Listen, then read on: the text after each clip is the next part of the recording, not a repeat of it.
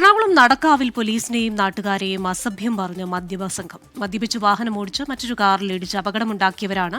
വിവരം തിരക്കാനെത്തിയ പോലീസിന് നേരെ കയ്യേറ്റത്തിന് ശ്രമിച്ചത്. കാക്കൂർ സ്വദേശികളായ സുരേഷ്, സുമേഷ് എന്നിവരെ പോലീസ് പിടികൂടി. സംഭവത്തിന്റെ ദൃശ്യങ്ങൾ 24-ന് ലഭിച്ചു.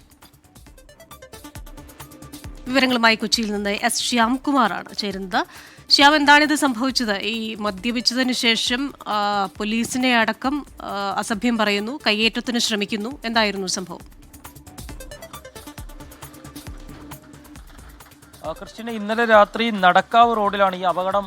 ഈ മദ്യപിച്ച കാർ ഓടിച്ച രണ്ടംഗ സംഘം അപകടം ഉണ്ടാക്കുന്നത്. അവിടെ നിർത്തിയിട്ട ഒരു കാറിൽ ചെന്ന് ഇടിക്കുകയായിരുന്നു.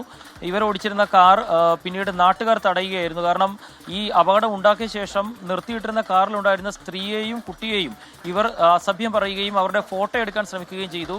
ഇതോടുകൂടിയിട്ടാണ് നാട്ടുകാർ ഇവരെ തടഞ്ഞു വെച്ച് പിറവം പോലീസിൽ വിവരം അറിയിക്കുന്നത്.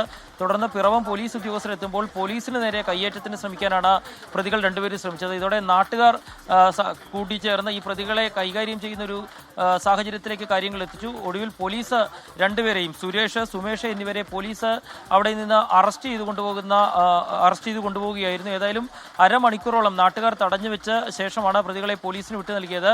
ആ സ്ത്രീയെയും കുട്ടിയെയും മോശമായി വാക്കുകൾ ഉപയോഗിക്കുകയും അവരുടെ ഫോട്ടോ എടുക്കുകയും ചെയ്തതാണ് നാട്ടുകാരെ പ്രകോപിപ്പിച്ചത്. ശരി, എസ് ശ്യാംകുമാറാണ് കൊച്ചിയിൽ നിന്ന് വിശദാംശങ്ങൾ നൽകിയത്.